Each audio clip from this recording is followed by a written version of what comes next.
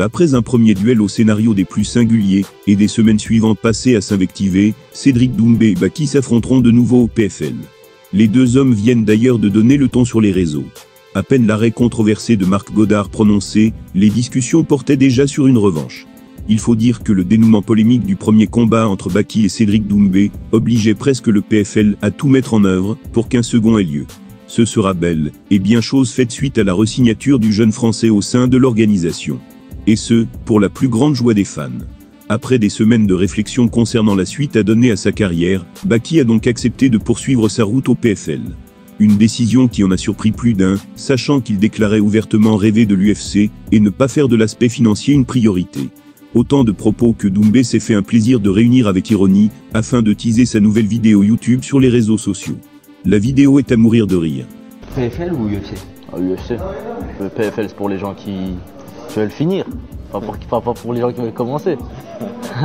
Le PFL actuellement, même si c'est la seule offre sur la table, j'y vais pas. C'est pas un objectif pour moi d'aller au PFL, je vise l'UFC et là je suis vraiment pas loin. J'ai pas commencé le combat pour l'argent.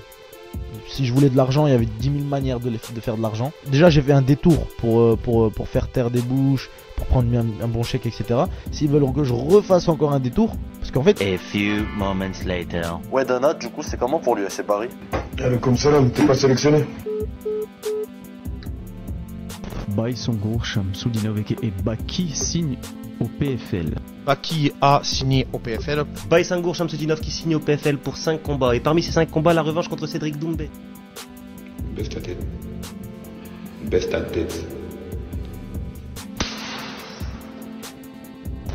Outre les différentes interviews rassemblées par Doomsaid, ce dernier a fait appel à l'intelligence artificielle pour conclure de façon humoristique ce mini-sketch vidéo.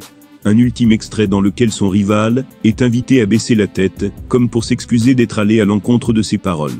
La réponse du principal concerné ne s'est alors pas fait attendre. Et s'est révélée tout aussi incendiaire. Il a déclaré ceci: « Je n'ai pas besoin d'une IA pour te faire baisser la tête pleurnicheuse.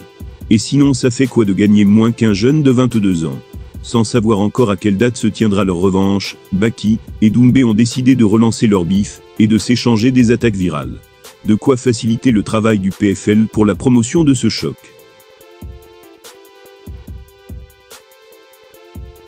S'il aime à tacler son ancien adversaire Cyril Gane, Jon Jones éprouve en revanche bien plus de respect envers un ancien combattant français.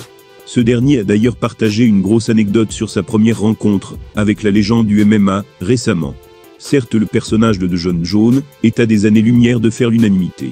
On parle après tout d'un homme épinglé pour dopage, mais aussi d'un ancien pensionnaire de prison, et qui a notamment été reconnu coupable de délits de fuite. Humainement parlant, le combattant n'est donc pas du tout un exemple. Ce qui forme un contraste assez intéressant quand on compare ça avec son héritage sportif. Dana White le répète, à qui veut bien l'entendre, que Jon serait le GOAT. Le meilleur athlète ayant jamais pratiqué le MMA. Un avis partagé par bien des fans, et qui en dit long sur Bones. Lui a régné en maître sur la division des poids mi-lourds à l'UFC en y défendant son titre à une dizaine de reprises. Et après 3 ans d'absence, l'Américain est revenu en force en 2023 en devenant champion des poids lourds. Alors qu'il s'approche de la retraite, et que son prochain combat contre Stipe Miocic pourrait être le dernier, le bonhomme est donc clairement une légende. Fait intéressant, il l'a bâti en s'inspirant d'un Français. Il s'agit de Tom Duquesnoy, ancien athlète MMA, et qui s'était entraîné avec lui aux États-Unis, quand Johnny était encore jeune. Invité de la chaîne YouTube Gong récemment, le tricolore s'est livré sur l'Américain. Voilà ses mots: les sparring de 9h30 à 10h30, c'était les lourds. Jon Jones, Overeem, Arlovski. Et de 10h30 à 11h30, c'était les légers donc moi. Pendant une semaine, Jon est resté après l'entraînement pour me regarder combattre. Moi je sentais son œil forcément, c'est de Jon Jones quand même. Et après il m'interpelle, on se parle et tout, et il me dit: tu es une source d'inspiration. Parce que j'avais les genoux, les coudes, lui c'était un lutteur, il ne connaissait pas trop. Je me suis dit c'est un truc de fou, qu'est-ce qu'il me raconte?